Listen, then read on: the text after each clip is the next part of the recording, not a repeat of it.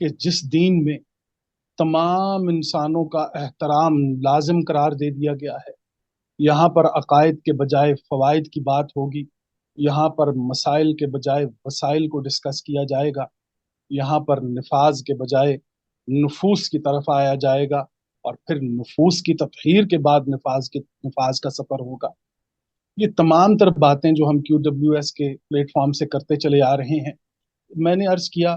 کہ حج کو عبادات کی حتمی شکل کی حیثیت حاصل ہے۔ آپ دیکھیے کہ اسلام کے 5 ارکانوں میں آپ 5واں رکن جو ہے وہ حج ہے، تو حج جو ہے وہ عبادت کی حتمی شکل ہے۔ تو اب اس عبادت کی حج جو خود اسلام کے 5ویں ارکان میں 5واں رکن ہے، حتمی شکل ہے، تو آپ کو اب ہم بتائیں گے کہ حج جب اپنی حتمی شکل کے اندر جاتا ہے تو اسے قربانی کہا جاتا ہے۔ ایک لائن میں یوں سمجھائیں کہ حج کا نتیجہ ہوتا کیا ہے، ایک مسلم ایک مومن حج کرتا کیوں؟ یہ تمام تر چیزیں ہم آپ کے سامنے انشاءاللہ تعالی رکھیں گے، اور ہماری یہ خواہش ہے، میں نے عرض کیا کہ شاید میں بہت طویل زیادہ گفتگو نہ کر سکوں، مختصراً میں آپ کے سامنے یہ تمام تر چیزیں رکھنے کی کوشش کر رہا ہوں تاکہ لاجیکلی ہم اپنی اولاد کو، اپنی نسل کو، یا جو نو مسلم لوگ جو اسلام میں داخل ہوتے ہیں انہیں ہم یہ بتائیں کہ ہمارا دین کیا ہے۔ اچھا جی، ایک بات تو ہمیں، یہ بات ہم پہلے بھی کر چکے ہیں، آج پھر دوبارہ جو ہے اس کو دوبارہ ریپیٹ کر دیتے ہیں کہ دیکھیے، اب حج کی بات ہو،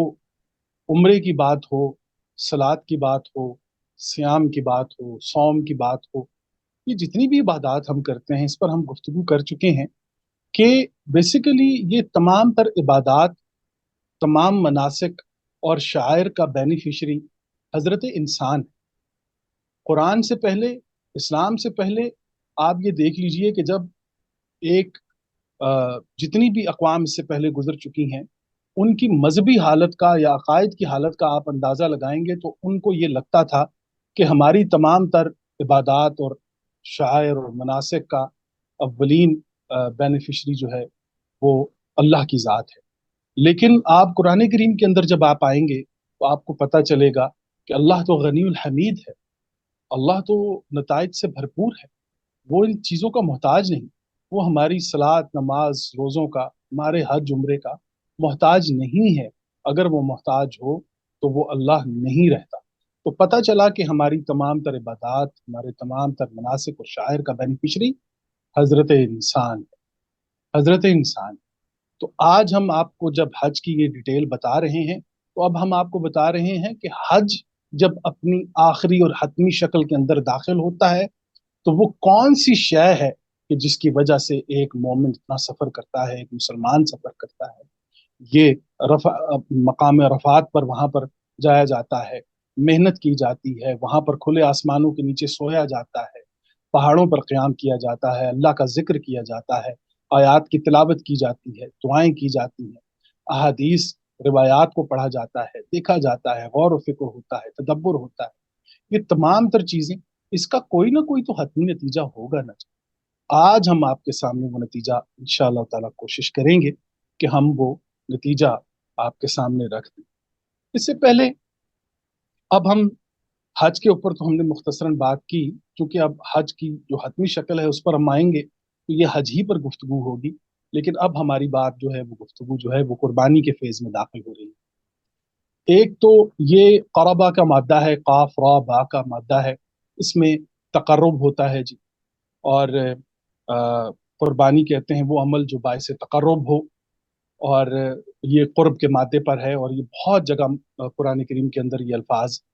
استعمال ہوئے ہیں، اور میں یہ پہلے بھی بتا چکا ہوں بہت سے پروگرامز میں کہ قاف اور را کا کے حروف جو ہیں وہ قرآن کریم میں جہاں پر بھی استعمال ہوں گے وہاں پر آپ کو ملنا دکھائی دے گا، وصل دکھائی دے گا، کسی چیز کا قریب آنا، ایک دوسرے کے ساتھ جڑنا۔ اب وہ قرین ہو، اب وہ قرب ہو، اب وہ جو جہاں پر قرآن ہو، جہاں جہاں پر قاف اور را کو آپ اکٹھا دیکھیں گے وہاں پر آپ دیکھیے قرآن کریم کے اندر آپ کو ملنا دکھائی دے گا، جڑنا دکھائی دے گا۔ تو پتہ چلا کہ قربانی عمومی عام جو اس کا ترجمہ ہے وہ یہ ہے کہ قربانی وہ عمل ہے جو باعث تقرب ہے۔ اس کے لیے میں یہ چاہتا ہوں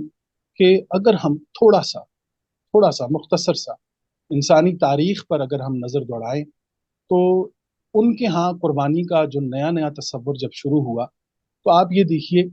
کہ قربانی چونکہ حضرت ابراہیم علیہ السلام کی بنیادی عمل ہے کہ جو ہم اپنے بچوں کو اور سب کو پڑھاتے بھی ہیں، سمجھاتے بھی ہیں، تو ہمیں یہ بتانا ہوگا اپنے بچوں کو کہ دیکھیے ابراہیم علیہ السلام کا دور جو ہے وہ بڑا اہم دور ہے۔ ابراہیم علیہ السلام کا دور بہت اہم دور ہے جی۔ یہ وہ دور ہے کہ جب پہلی مرتبہ عقل انسانی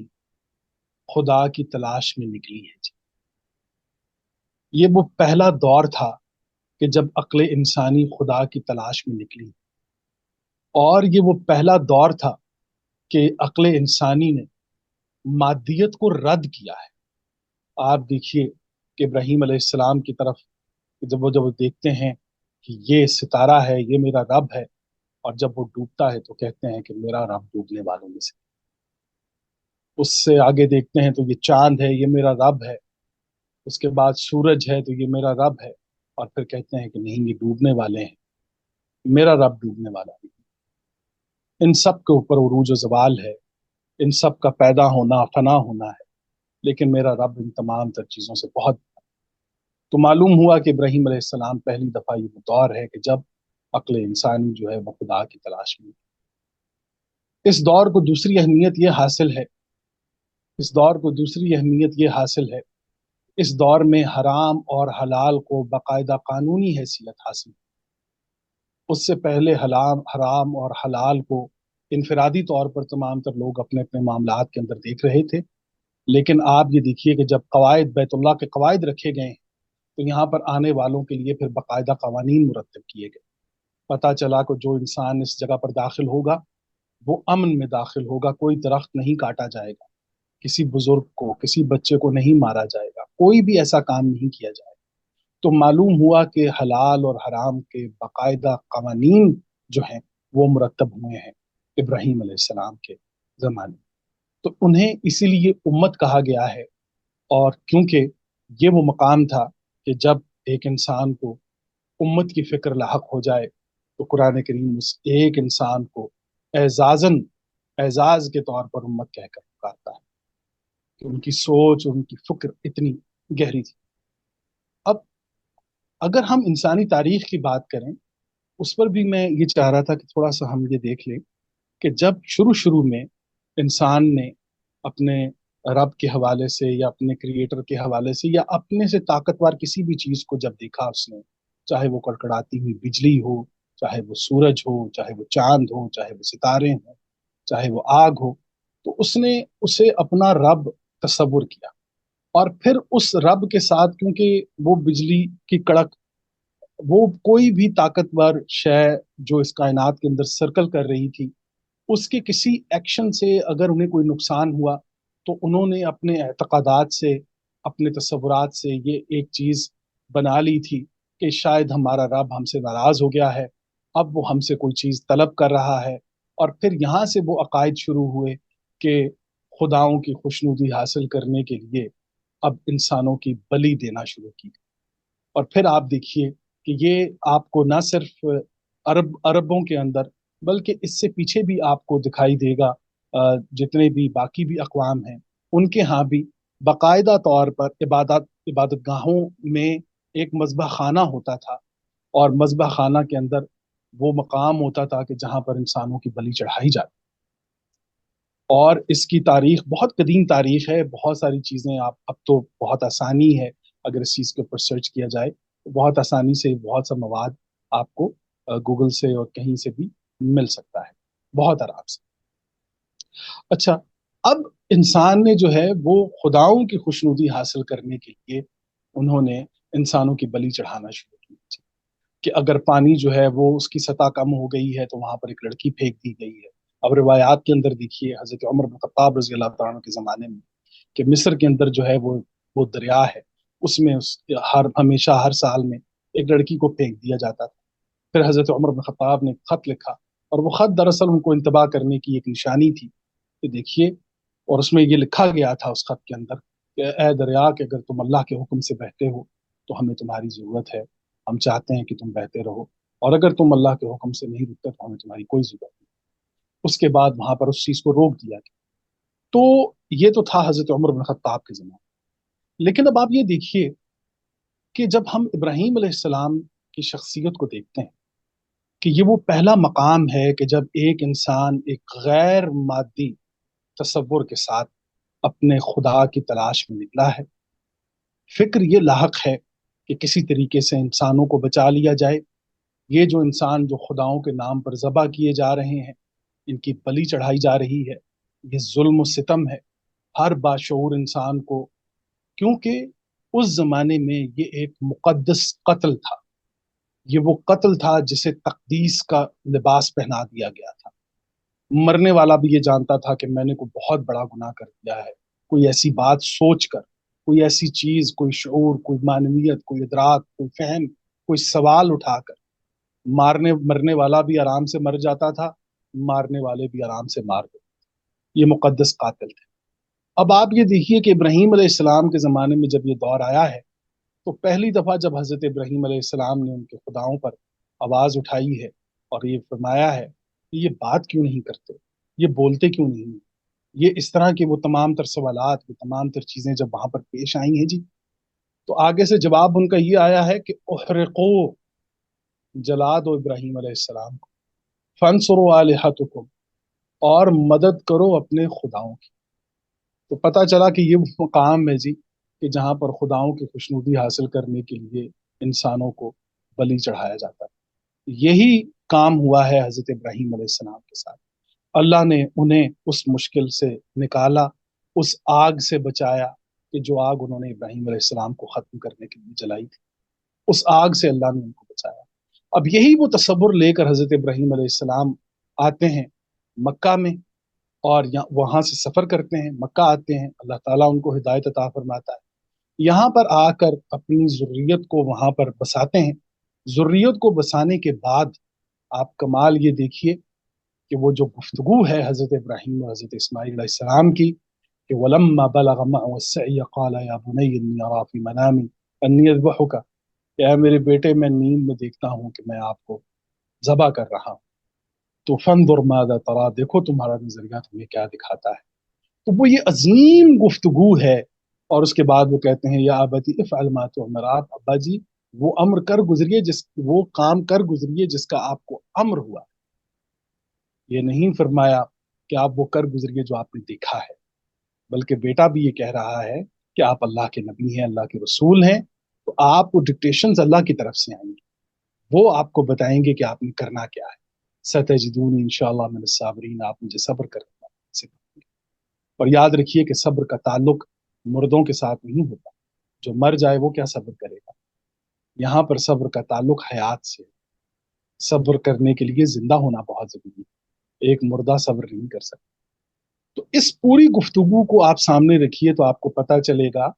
کہ ابراہیم علیہ السلام دراصل اس پوری گفتگو میں، اور پھر روایات کے اندر ہم نے جب یہ پڑھا تو انہوں نے پورا ڈیمو کر کے یہ دکھایا، اپنے بیٹے کی گردن پہ چھری رکھی کہ آپ یہ تمام لوگ دیکھیے کہ اگر آپ لوگوں سے یہ برداشت نہیں کہ ایک باپ اپنے بیٹے کی جان لے، تو آپ نے یہ کیسے تصور کر لیا کہ ایک حی القیوم زندہ رب جو ہے وہ آپ سے تحفے میں موت مانگے گا؟ آپ نے یہ کیسے تصور کر لیا کہ وہ حی القیوم رب کہ جو آپ سے یہ کہے قرآن کریم میں کہ جس نے ایک جان کو بچایا گویا اس نے پوری انسانیت کو بچایا، اس رب سے آپ یہ توقع کریں گے کہ وہ آپ سے انسانوں کی بلی مانگے گا؟ تو ہمارا رب ایسا نہیں ہے۔ ہم جس رب پر ایمان لائے ہیں، ہم ایک حی القیوم، ایک زندہ خدا کو تحفے میں زندگی کے سوا کچھ نہیں دے سکتے۔ ایک حی القیوم رب کو، خالق کو، اللہ کو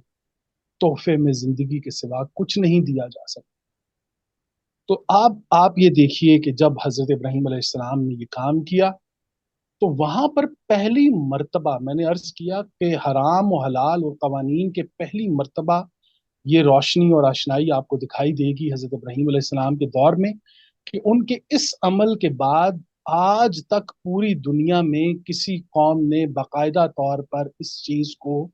قانونی حیثیت نہیں دی کہ ہاں ٹھیک ٹھیک ہے، ہم انسانوں کو خداؤں کی خوشنودی حاصل کرنے کے لیے بلی چڑھا دیں۔ ایسا کوئی قانون پوری دنیا کے اندر نہیں ہے، اور یہ قانون حضرت ابراہیم علیہ السلام کے دور میں پاس ہوا ہے،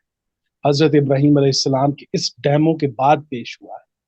اس میں یہ بتایا گیا ہے کہ ایک انسان کی جان کس قدر اہمیت رکھتی ہے، ایک مومن کی جان کس قدر اہمیت رکھتی ہے۔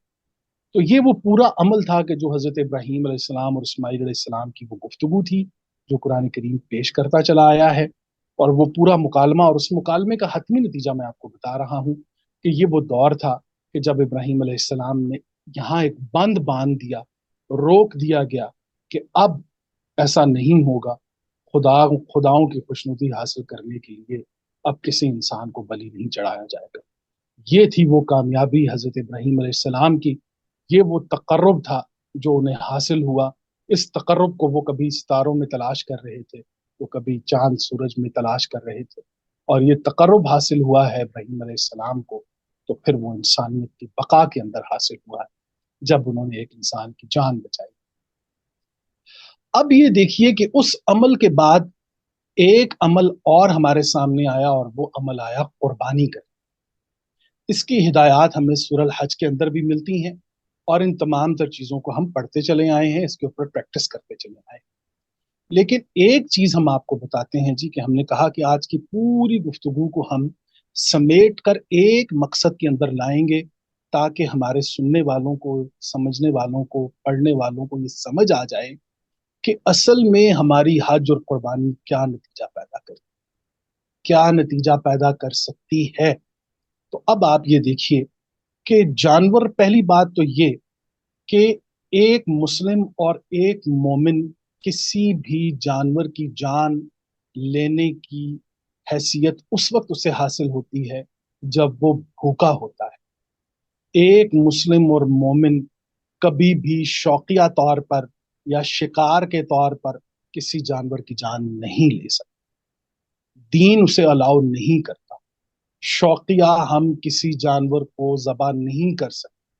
شوقیہ شکار کے طور پر ہم کسی جانور کو ذبح نہیں کر سکتے، شوقیہ کہ ہمیں بھوک بھی نہیں لگی، بس یہ ہے کہ ہمیں شوق ہے جی جانوروں کو ذبح کرنا، ان کی کھالیں اپنی مجالس کے اندر لٹکانا۔ یہ تمام تر روایات جتنی بھی عربوں کے ہاں بھی اور ہمارے ہاں بھی ہے کہ شیروں کی کھال لٹکا دی، کسی کے سینگ لٹکا دیے، کسی کا کچھ لٹکا کے رکھ دیا، شوقیہ، اور بتایا کہ جناب یہ ہم شکار پر گئے تھے جی، ہم نے یہ شکار کیا تھا جی، اور اس شکار میں جتنی بھی جانیں انہوں نے لی ہیں جی، اس کا حساب عند اللہ ضرور ہوگا۔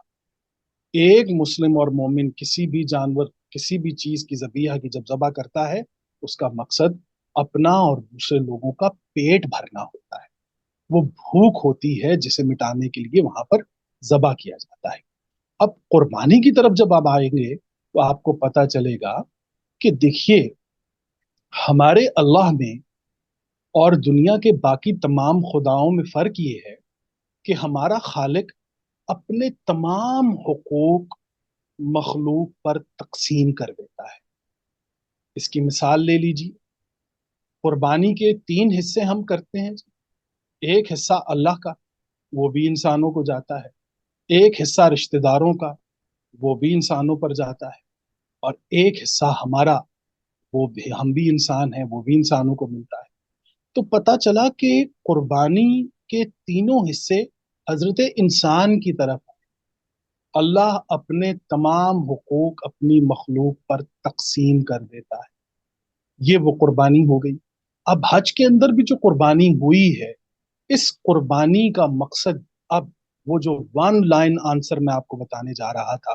کہ اصل میں ہمارا مقصد کیا ہے، ایک کہ میں نے آپ کو یہ بتایا کہ 5 ارکانوں میں سے آخری اور حتمی رکن جو ہے وہ حج ہے۔ حج اپنی حتمی شکل کے اندر جب آتا ہے تو وہ قربانی ہے، اور یہ قربانی کرتی کیا ہے؟ ایک مومن، ایک مسلم کے لیے حج اور قربانی کے مقاصد کیا ہیں، یہ ایک لائن میں ہم آپ کے سامنے رکھیں گے تاکہ ہمیں اپنی تخلیق کا مقصد مل جائے، ہمیں اپنی عبادات کا مقصد مل جائے، ہمیں قرآن کا مقصد مل جائے۔ اسے ہم ایک لائن میں پیش کرنے کی کوشش کریں گے، اور وہ لائن یہ ہے کہ اپنے جان و مال میں، اپنے جان و مال میں، اپنی محنت اور صلاحیت میں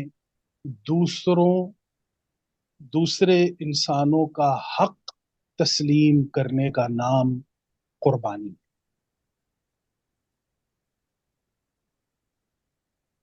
اپنی جان و مال میں، اپنی محنت و صلاحیت میں دوسرے انسانوں کا حق تسلیم کرنے کا نام قربانی ہے۔ اگر ہم نے اپنے جان و مال میں، اپنی محنت میں، اپنی صلاحیات میں دوسرے انسانوں کا لفظ میں اس لیے استعمال کر رہا ہوں، اس میں ہندو، مسلم، سکھ، عیسائی کوئی بھی ہو، کیونکہ قرآن کریم میں سورہ حج کے اندر یا ایھا الناس، یا ایھا الناس، یا ایھا الناس کے الفاظ آپ کو بتا رہے ہیں کہ یہ وہ مومنین کی ایک سالہ محنت کا نتیجہ ہوگا جو ہر سال آپ کو پیدا کرنا ہوگا، اس جوش، اس ولولے، اس ہمت، اس عزم، وقار اور احترام کے ساتھ کہ آپ کے مال، آپ کی جان میں، آپ کی محنت میں، آپ کی صلاحیت میں دوسرے انسانوں کا حق موجود ہے۔ جس دن ہم نے اپنے مال، اپنی جان، اپنی محنت اور صلاحیت میں دوسروں کا حق تسلیم کر لیا، آپ کی عبادت قبول، آپ کی قربانی قبول ہو گئی، آپ کا حج مقبول ہو گیا، آپ کو مقبول حج کا اجر مل گیا۔ یہ ہے جی وہ ایک لائن میں بتانے، ہمارا یہ پورا مقصد ہم نے آپ کے سامنے رکھا کہ ایک مومن ان تمام تر پریکٹسز سے گزرنے کے بعد اس کی ایک آیت میں چاہوں گا کہ اس آیت پر جانے سے پہلے کہ ہم نے ایک آخری شکل تو اس کی آپ کے سامنے رکھ دی ہے، لیکن آپ اگر سورہ توبہ آیت نمبر 111 نکال لیں تو یہ کمال آپ دیکھیے، چند حروف کے اندر، چند الفاظ کے اندر قرآن کریم کیا کمال کر گیا ہے۔ سورہ توبہ آیت نمبر 111، اعوذ باللہ من الشیطان الرجیم، بسم اللہ الرحمن الرحیم، ان اللہ اشترى من المؤمنین انفسهم ان اللہ اشترى من المؤمنین انفسهم واموالهم بان لهم الجنہ۔ بلا شبہ اللہ تعالیٰ نے مومنین سے ان کی جانوں کو اور ان کی مالوں کو اس بات کے عوض خرید لیا کہ ان کو جنت۔ یہ انتہائی اہم ترین آیت ہے جی، اور اس آیت کے یہ الفاظ میں نے عرض کیا کہ آپ کے اموال لے لیے ہیں اللہ نے، آپ کے نفوس لے لیے۔ یعنی ایک مومن اگر یہ چاہتا ہے کہ اس دنیا میں امن قائم ہو، اگر ایک مومن یہ چاہتا ہے کہ ہمارے وطن میں امن قائم ہو، محبت ہو، رواداری ہو، ترقی ہو، اخوت ہو، یہاں پر ہم فرقہ واریت کی دلدل سے باہر آ جائیں، دوسروں کے عقائد کا احترام کریں، ان تمام تر چیزوں کو آپ سامنے رکھیے اور آپ دیکھیے قرآن کریم کی ان آیات کو کہ ان اللہ اشتری من المؤمنین انفسهم، اللہ نے خرید لیے ہیں ان کی نفوس کو اور ان کے اموال کو۔ کن سے؟ مومنین سے۔ تو میں نے عرض کیا کہ مومن تو کمفرٹ زون میں نہیں رہتا، آپ دیکھ لیجئے حاجی بھی کمفرٹ زون میں نہیں رہتا۔ حج سے آنے والے لوگ یہ بتاتے ہیں کہ جناب ہماری ٹانگوں میں بڑا درد ہو رہا ہے جی، ہم تھک گئے ہیں جی، ہم وہاں پر کھلے میدانوں میں سوئے ہیں جی، ہمیں زمین پر لیٹنا پڑا ہے جی۔ اس پوری مشقت، پوری حرکت و برکت کو اگر آپ سامنے رکھیں گے تو اس کا حتمی نتیجہ قرآن کریم یہ نکال رہا ہے کہ خدا کے لیے قربانی یہ ہے کہ اپنے مال، اپنی جان، اپنی محنت اور صلاحیت میں دوسروں کا حق تسلیم کیجیے، دوسروں کا حق تسلیم کیجیے۔ جس دن آپ نے دوسروں کا حق تسلیم کر لیا، عند اللہ آپ مقبول ہو جائیں گے، آپ کی صلات مقبول ہو جائے گی، آپ کی زکوٰۃ مقبول ہو جائے گی، آپ کا کلمہ مقبول ہو جائے گا، آپ کے صیام، آپ کے روزے مقبول ہو جائیں گے۔ کیوں؟ کہ آپ نے حج پر آ کر پوری دنیا کو یہ پیغام دے دیا ہے کہ ہم آپ کے حقوق کو تسلیم کریں، ہم آپ کے عقائد کا احترام کرتے ہیں، ہم آپ کے مسائل کو وسائل کے اندر ڈھال دیں گے، ہم بہترین نفوس کے ساتھ بہترین نفاذ تک کا سفر کریں گے۔ یہ تمام تر کام حج کے اندر ہوں، اور ان ان حقوق میں یہ یاد رکھیے کہ چند ہی فاصلے پر، کہ جہاں پر یہ حج ہو رہا ہے الحمدللہ، اب وہ ہم داخل ہو چکے ہیں اب ان تمام تر معاملات کے اندر، اور یہاں سے کچھ دوری پر ہی آپ دیکھ لیجئے اگر ہم حقوق کی بات کریں تو کس قدر حقوق کی پامالی ہو رہی، چھوٹے چھوٹے معصوم بچوں پر، چھوٹے چھوٹے بچوں پر، ماؤں پر، بہنوں پر ظلم ہو رہا ہے۔ تو پھر ہمیں یہ سوچنا ہوگا کہ کیا ہمارے نفوس پر، ہماری جانوں پر، ہمارے مالوں پر ان ہمارے مسلمان بھائیوں کا کوئی حق نہیں تھا؟ کیا ان کی طرف بڑھنے والے ہمارے ہاتھ جو تھے، کیا وہ ان ہاتھوں میں کیا آج کی تلواریں محض رقص کرنے کے لیے رہ گئی ہیں؟ کیا آج کی تمام تر صلاحیتیں جو مومنین کو اللہ نے عطا کی ہیں، جن میں الحمدللہ پاکستان بھی ہے اور دنیا کے باقی تمام تر ممالک بھی ہیں، کہ ہمیں بھرپور انداز میں اس پر آواز اٹھانی ہے؟ ہمیں اللہ تعالی ہمت عطا فرمائے کہ ہم اپنے ان بھائیوں کے ساتھ کھڑے ہوں۔ آپ یقین کیجئے حج کا 17 لاکھ لوگوں کا یہ مجموعہ، بے شک جب وہ یہ پڑھے گا لبیک اللہم لبیک لبیک لا شریک لک لبیک، تو اللہ کریم ہمیں ہمت عطا فرمائے، اللہ کریم ہمیں با مقصد عبادات عطا فرمائے، اللہ کریم تمام دنیا کے مسلمانوں کو، مومنین کو ہمت اور حوصلہ عطا فرمائے کہ وہ باطل نظام کے سامنے کھڑے ہو سکیں، اپنے مسلمان بھائیوں کی مدد کر سکیں، قوت بازو کے ساتھ مدد کر سکیں، اپنی زبان کے ساتھ، اپنے مال کے ساتھ، اپنے اسباب کے ساتھ مدد کر سکیں۔ اللہ ہمیں ہمت اور حوصلہ عطا فرمائے۔ وآخر دعوانا الحمدللہ رب العالمین۔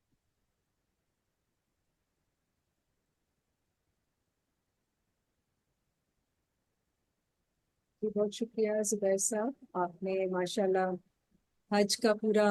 مقصد بیان کیا، ساتھ قربانی کا مقصد بیان کیا، ان کا معنی دونوں کا ہمیں سمجھایا کہ قربانی کا مطلب کیا ہے، اور کس طرح سے ہمیں اپنی جان، مال اور ہماری صلاحیت اور محنت میں دوسروں کے حق کو تسلیم کرنا ہے۔ اور اس کے ساتھ ساتھ ہمیں یہ احساس بھی کرنا ہے جو اللہ نے سورہ توبہ میں ہمیں بتایا کہ اللہ نے مومنین کی جان اور مال خرید لیے، تو اب ہم نے وہ حق ادا کرنا ہے جو کہ ہمارا فرض ہے، اور انشاءاللہ اللہ تعالیٰ ہمیں توفیق عطا کرے۔ اگر کوئی ایسا ارجنٹ سوال نہیں ہے تو آئی تھنک زبیر صاحب آج کا سیشن ہم یہیں تک رکھتے ہیں، پھر انشاءاللہ آگے بھی حج پہ جی بات کرنی ہے، اور زبیر صاحب اور بھی زیادہ ہمیں حج کے شعائر کے بارے میں اور مقاصد کے بارے میں ایکسپلین کریں گے، تو انشاءاللہ پھر نیکسٹ سیشنز میں ان کے اوپر اور بات کر لیں گے۔ آپ سب کی شمولیت کا بہت بہت شکریہ، زبیر صاحب آپ کا بھی بہت شکریہ۔ تو جزاک اللہ، جی، اللہ حافظ جی، السلام السلام علیکم۔ علیکم۔